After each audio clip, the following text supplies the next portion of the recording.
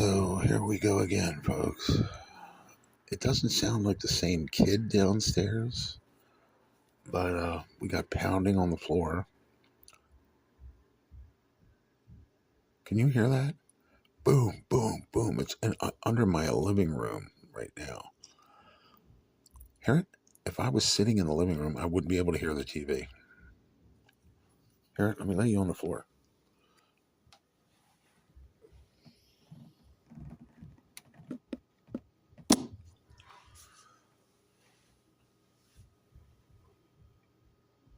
It is shaking my whole kitchen table.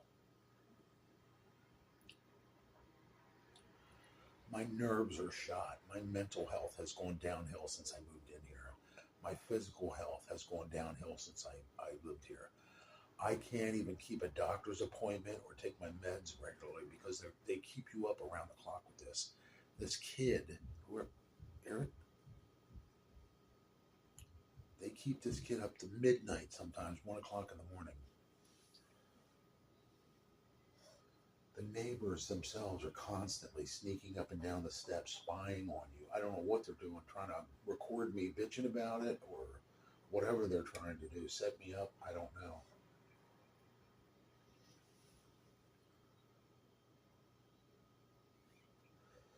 And usually when this starts, that means Ashley Bell's coming home to start her bullshit with the fist fighting in the hallway or the dog shit. She comes home to clean up her dog. They leave her dog here to shit up their house, their apartment.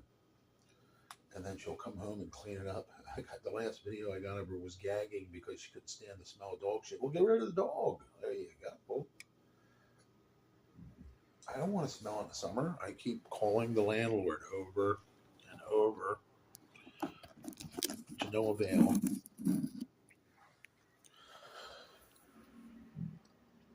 He sends her away. No, let me put it this way. It looks like to me he sends her away for a couple days. Then she comes back and does the same shit over and over and over, month after month. They set off the smoke alarm. They've done all. And I mean, whether it was deliberate or accidental, they are a danger to this building. They're playing all kinds of games, and it ain't the first time they tried to set off the smoke alarm. They were lighting fireworks last 4th of July in front of the building with the door open between a gas tank of a car and our front door. Smoke was coming up the steps. Ashley Bell herself ran up the steps and looked at my smoke alarm right above my door, which is not there no more because the firemen literally ripped it out of the wall. The wiring's just hanging there now because of them. Because of these people. A little over a week ago, they sent the smoke alarms off with a space heater, I believe it was. The oil, lamp oil or whatever they were using to heat the space heater ran out, and you could smell it all over the building. I reported it to the landlord, reported it the next day or the day after. When I smelled it again, and they are on the steps. They're on the steps now. I can hear them. I can literally hear them moving out there. My nerves are shot. I mean, listen, I suffer from bipolar. I fluctuate between manic hypomania and manic depression. They are literally causing me suicidal thoughts all the time. Not that I'm suicidal and not that I'm thinking it all the way through to the end, like, yeah, I'm going to grab a rope or I'm going to put a bullet in the chamber and pull the trigger. I don't do it that way. I get in modes where I just want to give up. I want to die. I just want to die. And they're causing more and more of that.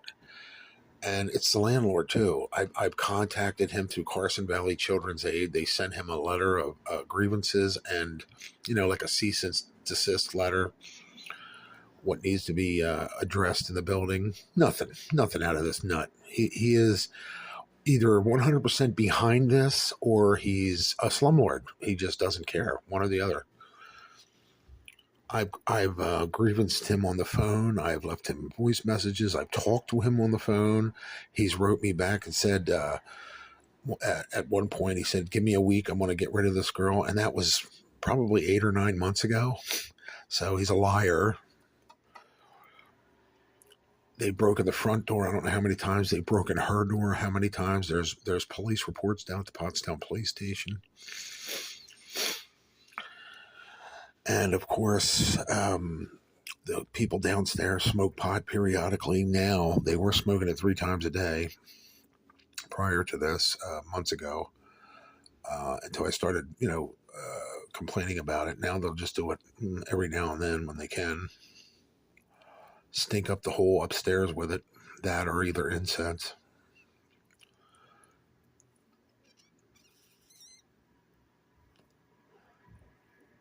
Or both, which doesn't cover up the weed smoke. They're loud, crude. They slam door. This kid is still stomping around downstairs. Still stomping around. I'm tired of filming it. Um, Honestly, he's not quite as loud as he usually is. I think what they were doing was bringing in older children, an older child to stomp around in boots, because this child here is not half as loud as the other kid is. When they bring in the bigger kid with the boots, that's when I know Ashley's showing up. So I could be wrong. And she's showing up tonight because they're letting him stomp, or it's just an ordinary night and he's stomping around while they're cooking dinner.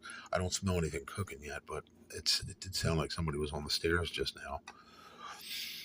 So this is why I'm keeping a rolling vlog of it, on top of, I had to go out and buy a security system because they were standing at my door talking about guns, buying and selling drugs. What else? I don't know. They stood there.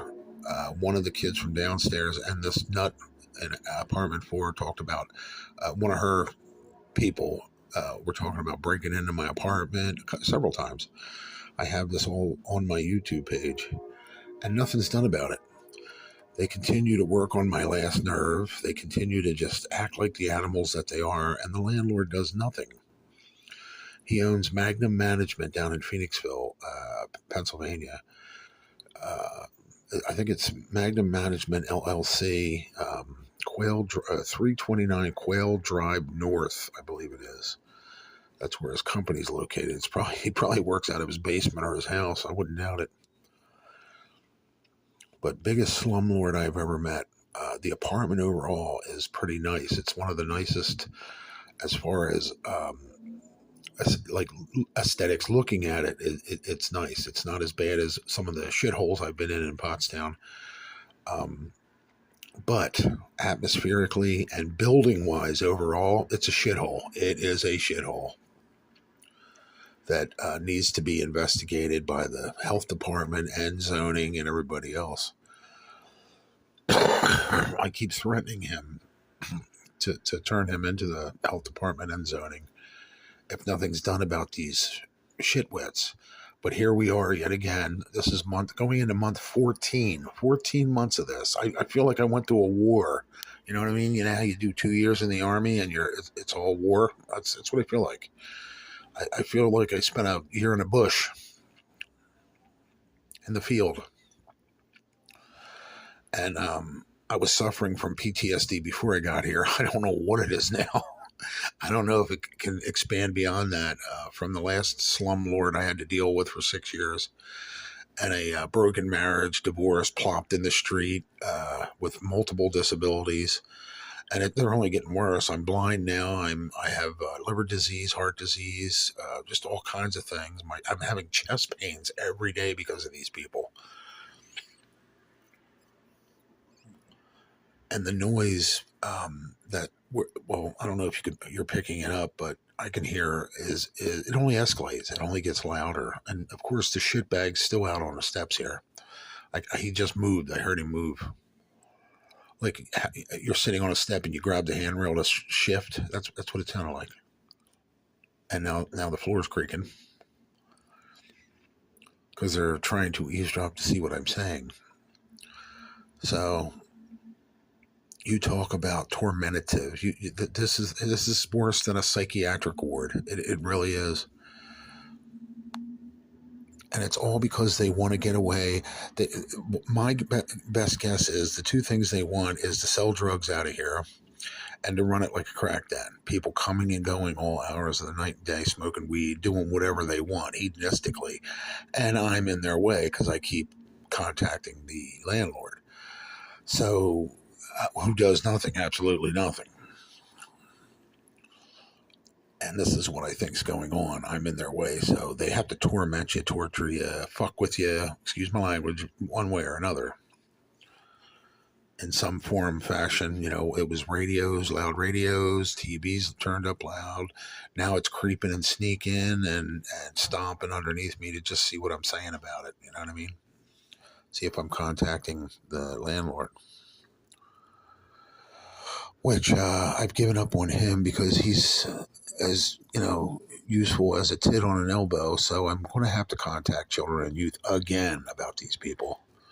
I don't want to, but there's continuous weed smoke around these children. There's continuous what I would call abuse. If you let a kid run around till midnight, a kid that's like 3, 4, stomping around, you're not a parent. Parents usually have their kids in bed that age by 7 o'clock at night. So, getting a full 8 hours sleep, which tells me nutritionally he's probably not eating right, especially if he's not sleeping right.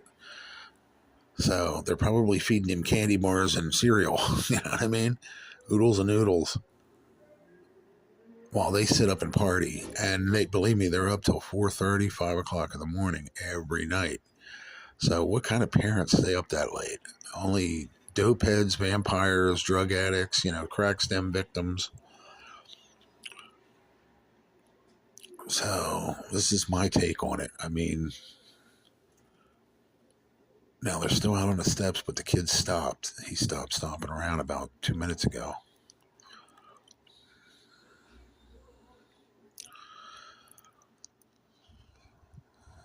I'm trying to see where these guys are going. I think maybe the mosque is open for church hours or whatever you want to call it. And this is every night of the week. It escalates even louder on the weekends. I mean, it's, they'll have what sounds to me like 5 to 10 people downstairs yucking it up, laughing, talking loud.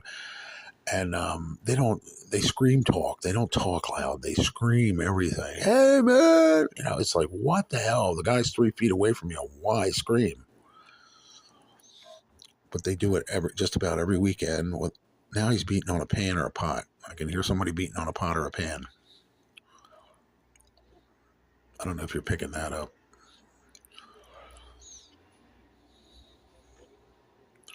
And this will go on till 9 or 10. Then it'll quiet down for a while. And then it'll pick back up at 11:30, 12, 1. You hear that? They're letting him hit a pot or a pan with a spoon. That's what it sounds like. And that was a loud crack outside my door on the steps because they're still there. It sounds like they just shipped it. And there's another noise outside my door. And another. So it sounds like they're getting up. And I'm 60 years old. I'm not chasing these people up and down the steps. And that's what they want. They want to drive you batshit crazy as they are. Yeah, it sounded like they went down the steps and just heard them on the bottom step. Boom.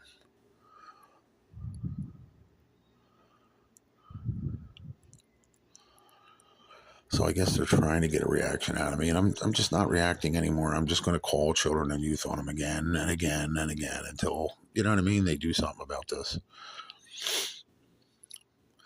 They are animals raising animals, future animals. This kid's going to be a criminal, a drug dealer, or he's not going to be able to hold a job due to his the nurturing ADHD they're instilling him with to stay up all night and to act like a sugar-induced.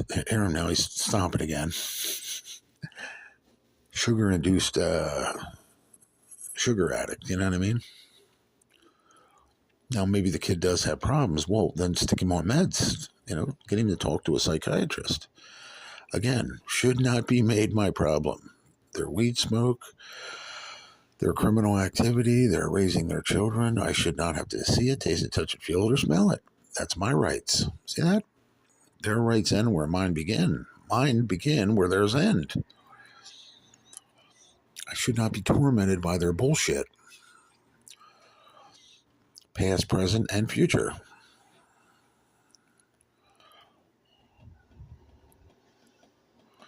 And like I said, I've only been complaining about it for over a year now. And I'm at my wit's end. I'm not going to move. That's not going to happen. I'm going to have to turn them into children and youth over and over and over. And I'm going to have to start turning this slumlord into the health department and the zoning department for all the violations here in this building. And there's many, not just one.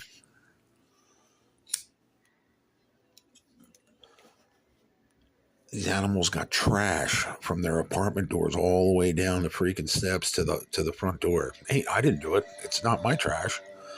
It's a tripping hazard and a fire hazard. Yet it's done every month. They take the flyers out of the mailbox and throw it right inside the door. Throw it on the ground.